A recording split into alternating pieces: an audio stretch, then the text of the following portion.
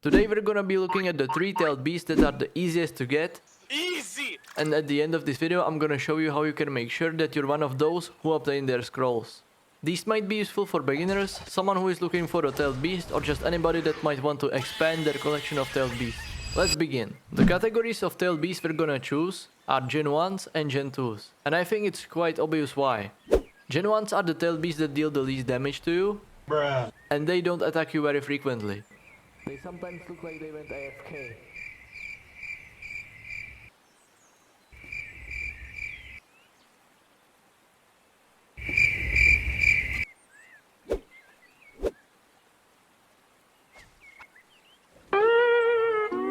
I also shouldn't forget to mention that the chances for getting both Gen 1s and Gen 2s are 1 in 10, which is a pretty high chance if you compare it to the Gen 3s, where the chances of obtaining them vary from 1 in 50 to 1 in 70, if we exclude the 10 tails from all of the generations. Try guessing why the Gen 1s are not that popular. Well, unfortunately, these Gen 1s don't have a baryon mode, which is one of the main reasons some people would rather get a Gen 2, but of course, if you'd like to, you can get both. My favorites of these Gen 1s are probably yin and yang versions of the Ninetales. They are the same but just have a different color. And speaking of colors, I think that the models that the Gen 1s have are also pretty nice. The closest to what we see in Naruto Shippuden. Let me know down in the comment section what is your most favorite tailed beast in terms of looks. Obviously, due to the copyright strike they received in the past, the models still can't be 100% the same, but they are pretty cool. Different tailed beasts have a different ability paired with their tailed beast bomb. For example, Chu has got 3 balls of this yellow powder that stuns your enemies when it lands on them, making it a great combo starter. Or Side-tailed Spirit that has bubbles that slow down your enemies. These differences are what makes some tailed beasts better than others. At number 3, we have the Core Tailed Spirit. Even though this is my favorite tailed beast of them all, I have to put it at number 3. In my opinion, the lack of any special ability outside of the tailed beast bombs that deals massive damage is what makes the tailed beast so boring. Especially when you're starting out and the only 2 moves you have from this mode are mainly for just dealing damage. And even in the later stages of this tailed spirit, it's pretty much the same. True, there probably isn't much else that you could add to the abilities of this tailed beast, but maybe adding more of the 6 paths abilities would make sense. This tailed spirit is located in Ember, close to this lake as you can see in the video. The capturing process is not really that hard because the tailed beast doesn't have any special ability except dealing high damage with the tailed beast bombs. At number 2 we have the Guy Tailed Spirit. The reason for that is that the tailed beast bombs actually make you stuck to the place where they hit you. You can see these black balls full of ink that actually make you immobile. I mean, you can jump out of them if you're in a position to do that, but it could usually be pretty difficult. This, paired with some traps or even some movement restraining abilities, could lead to a pretty annoying combo that you could use. The tailed spirit itself is in the Nimbus village near this red bridge. Here, I would be a little cautious with the tailed beast bombs, since it can get you stuck in one place and that might cost you some HP if you can get out of them. My tip for getting out of this is that you can just simply double jump and dash out of the ink. At number 1, we have the Chu Tailed Spirit. I think that Chu is actually the best tailed spirit out of them for starting out. At early stages of this tailed spirit you can already fly with it and at a pretty fast speed. This allows you to easily bomb people from the sky and you can adjust your loadout to this ability if you want to. The mobility with this tailed spirit is useful even on longer distances and in dangerous situations where you feel like running away.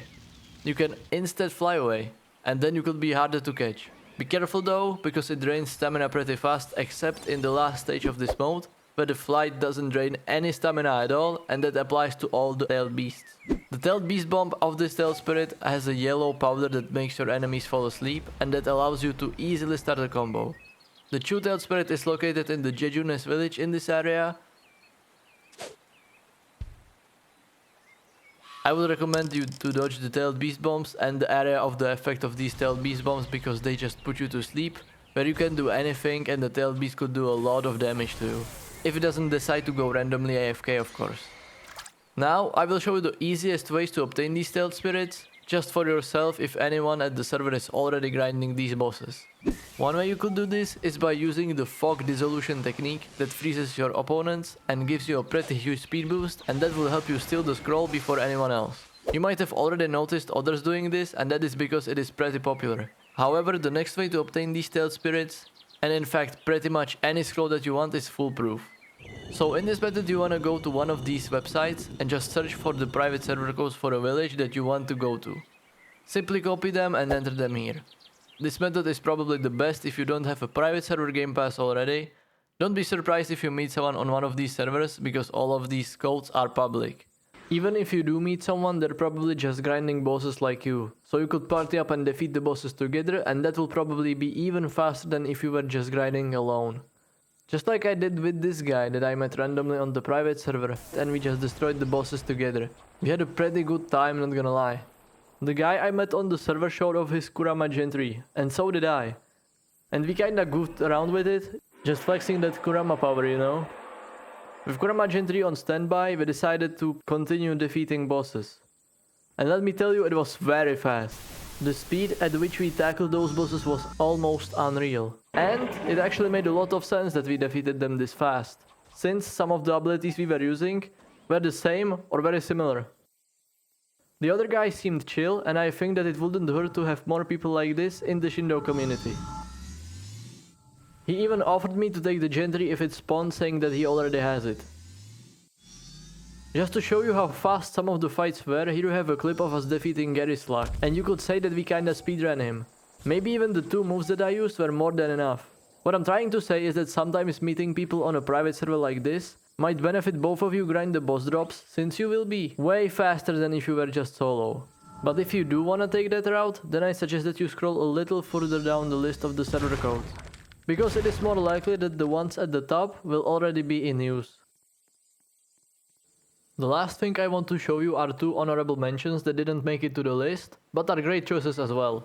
Starting with the Sun Tailed Spirit, and the reason is his very annoying Tailed Spirit bomb that burns enemies when they come in contact with it, which could be useful in small areas.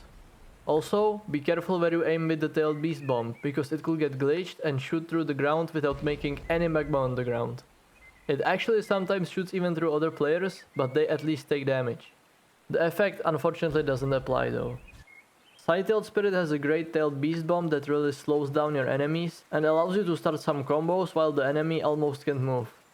What makes the ability of this tailed beast even better is also the fact that you can just place the bubbles on the ground, and if you get it just right, you could make a trap out of them.